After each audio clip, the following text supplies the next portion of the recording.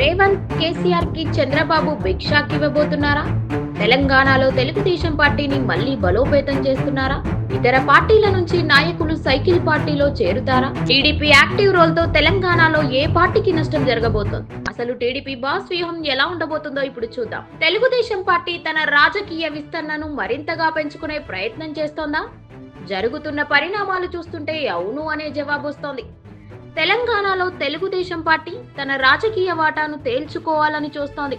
నిజానికి తెలుగుదేశం పార్టీ పుట్టిందే తెలంగాణ గడ్డ మీద. అక్కడ నుంచే ఇంతింతై వటుడింతై అన్నట్లుగా పార్టీ పెరిగింది, ఎదిగింది. జాతీయ స్థాయిలో కూడా తన ఉనికిని బలంగా చాటుకుంది.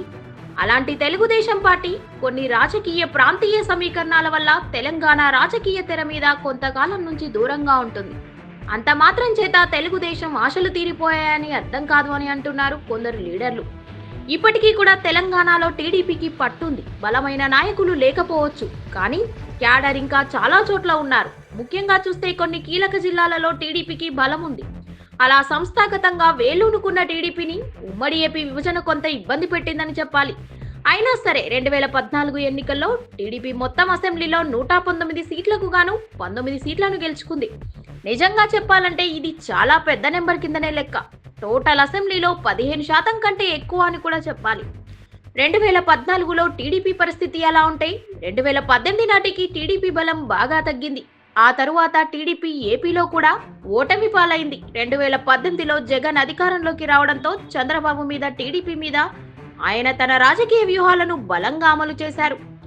జగన్ వ్యూహాలను తట్టుకునే క్రమంలో టీడీపీ పూర్తి స్థాయిలో ఏపీ మీదనే దృష్టి సారించాల్సిన అనివార్య పరిస్థితులు ఏర్పడ్డాయి.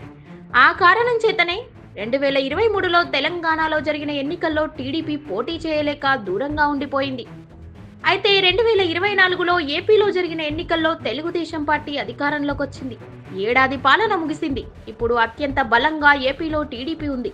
దాంతోపాటు 4వసారి చంద్రబాబు సీఎం కావడం అన్నది తెలంగాణ తెలుగుదేశం రాజకీయాల మీద గట్టిగానే ప్రభావం చూపిస్తుందని అంటున్నారు విశ్లేషకులు.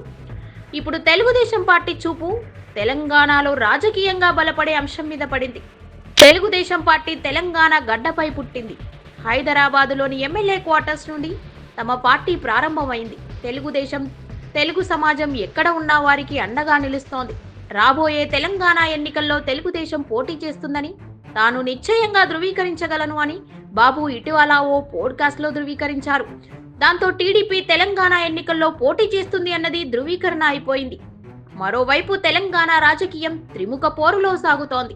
అధికార కాంగ్రెస్, విపక్షంలో బీఆర్ఎస్, అలాగే బీజేపీ ఉన్నాయి. ఇక తెలుగుదేశం ఎంట్రీ ఇస్తే ఏ విధంగా తన పాత్ర పోషిస్తుంది అన్న చర్చ కూడా ఉంది. తెలుగుదేశం పార్టీకి ఏపీలో బీజేపీతో, జనసేనతో పొత్తు ఉంది. 3 పార్టీలు కలిసి కూటమిగా ఏర్పడి ఎన్డీఏ ప్రభుత్వాన్ని ఏపీలో తీసుకొనొచ్చాయి. దాంతో 2028 ఎన్నికల నాటికి తెలంగాణలోనూ ఎన్డీఏ కూటమి ఏర్పడే అవకాశాలను కూడా ఎవరూ కొట్టిపారేయడం లేదు అని అంటున్నారు. అదే సమయంలో టీడీపీకి తెలంగాణలో రాజకీయంగా చూస్తే కనుక పరిస్థితులు మళ్లీ సానుకూలంగా కనిపిస్తున్నాయని అంటున్నారు.